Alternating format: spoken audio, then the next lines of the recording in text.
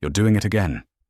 Texting her, explaining yourself, trying to prove your worth. And with every message, every explanation, every attempt to fix what's broken, you pushed her further away. You're doing it wrong. Not because you care, not because you love her, but because you've forgotten the most brutal truth the ancient Stoics understood 2,000 years ago. Desperation repels. Dignity attracts. I'm going to show you exactly how to use ancient Stoic wisdom to not just survive this breakup, but to transform it into the catalyst that makes you stronger, more magnetic, and completely unshakable. Because when you master detachment, your worth is no longer negotiable. This isn't therapy. This is war strategy for your soul. Let's begin. Here's what nobody tells you about breakups. The moment you chase, you lose. Not because she's cruel, not because she doesn't care, but because of a fundamental law of human psychology that the Stoics understood perfectly. We desire what moves away from us. We dismiss what chases us. Marcus Aurelius, the most powerful man in Rome, wrote in his private journal, "You have power over your mind, not outside events. Realize this, and you will find strength." But you didn't realize this.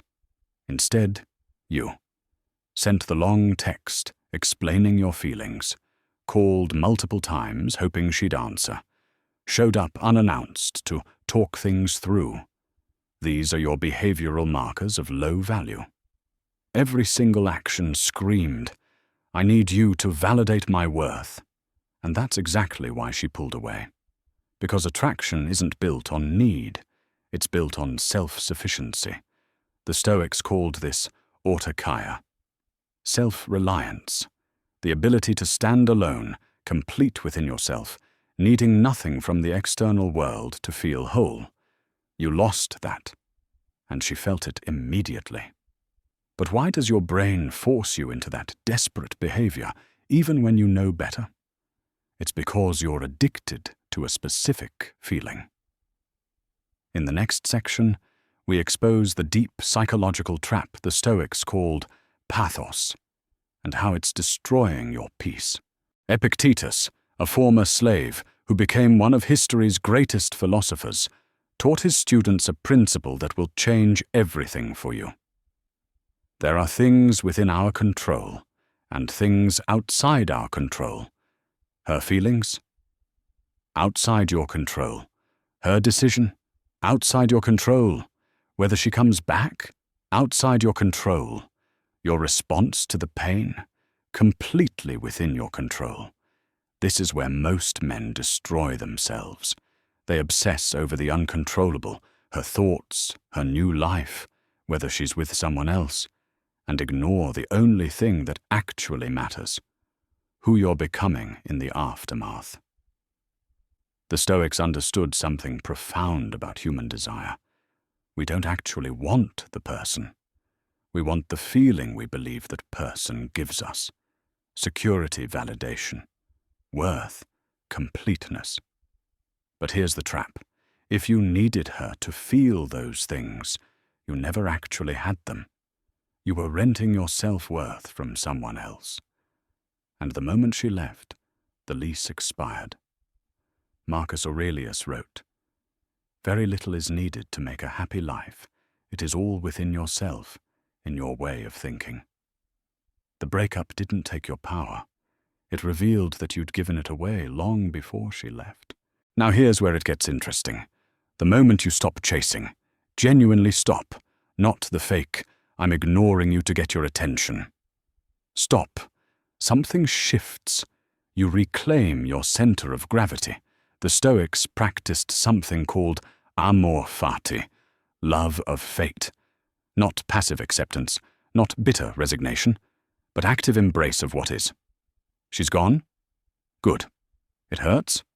Good. You're alone? Good. Because every single one of those realities is an opportunity to build the one thing that can never be taken from you, unshakable self-reliance. If you're ready to make this breakup the beginning of your fortress, you need to commit to the system. Hit the subscribe button right now to join the Apathy Architect community and ensure you never give your power away again. Let me tell you about Mark. Mark felt completely annihilated when his fiancée left him. He didn't text for 48 hours, but he spent those hours drinking and staring at the ceiling. The real change happened when he decided to apply amor fati. He walked into his home office, which he'd neglected for years, and declared, "This pain is the material for the new me." He redirected the energy he spent chasing her into building his side business. He used the loneliness to master his craft. He didn't avoid the pain. He used it as fuel. He didn't become a new man for her. He became a new man for himself. When you walk away, 3 things happen. First, you stop feeding the dynamic that killed the attraction. Second, you create space for actual healing. Third, you become interesting again. Not because you're playing games, but because you're genuinely focused on something more important than her, yourself.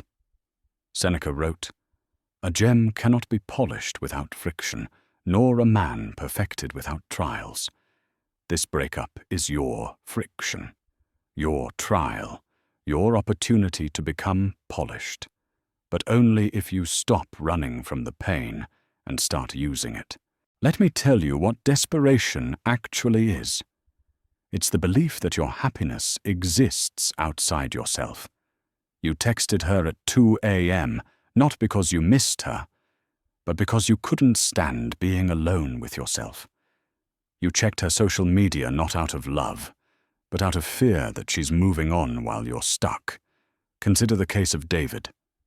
David swore he was fine, but he spent 10 days obsessively checking his ex's LinkedIn, then her Twitter, then her friend's Instagram, trying to map out her entire new life. He even posted a cryptic quote about betrayal, hoping she would see it. These are the exact behavioral markers of the desperation trap. He was mentally attached, even though he was physically silent. He was looking for evidence that she was suffering, so he could feel better. That act of seeking external control is what the Stoics called pathos, destructive passion, and it was destroying him. The desperation trap works like this. Stage 1. You feel the pain of loss. Stage 2. You believe the pain means something is wrong with you. Stage 3. You seek external validation to fix the wrongness. Stage 4. The seeking creates more pain. Stage 5. Repeat until you're destroyed. Here's how you escape. Stop treating the pain as a problem to solve. The Stoics didn't avoid pain. They studied it. They sat with it. They asked, "What is this teaching me?" Your heartbreak is teaching you that you built your identity on unstable ground, that you confused attachment with love, that you gave someone else the keys to your emotional state. Marcus Aurelius wrote, "You have power over your mind, not outside events." Is this the end of your story, or the beginning of your transformation? The answer is entirely up to you. Here's what reclaiming your power actually looks like. It's not about becoming cold, it's about becoming complete. The Stoics practiced daily exercises to build emotional resilience, not to feel nothing, but to feel everything without being controlled by it. Seneca wrote, "We suffer more in imagination than in reality." Here's your Stoic recovery protocol. 1. Morning practice. Before you check your phone, ask yourself, what is within my control today? Write down 3 things. Focus only on those. 2. Afternoon practice. When the urge to contact her hits, pause.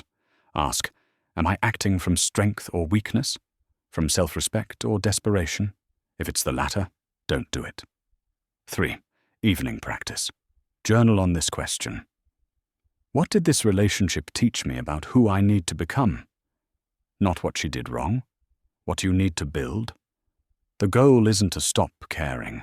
The goal is to care about the right things.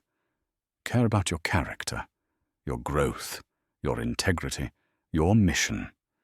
Let her care about herself. That's her job, not yours. Here's the paradox that will mess with your head. The moment you truly let go is the moment you become attractive again. Not because you're playing games, not because you're manipulating her emotions, but because you've reclaimed something that was always yours, your completeness. Epictetus taught his students, freedom is the only worthy goal in life. It is won by disregarding things that lie beyond our control. Here's what happens when you genuinely let go. You stop checking her social media because you're genuinely busy building something meaningful. You stop crafting texts in your head because you're having real conversations with people who actually want to be in your life. You stop wondering if she's thinking about you because you're too focused on becoming the man you respect. This isn't a strategy.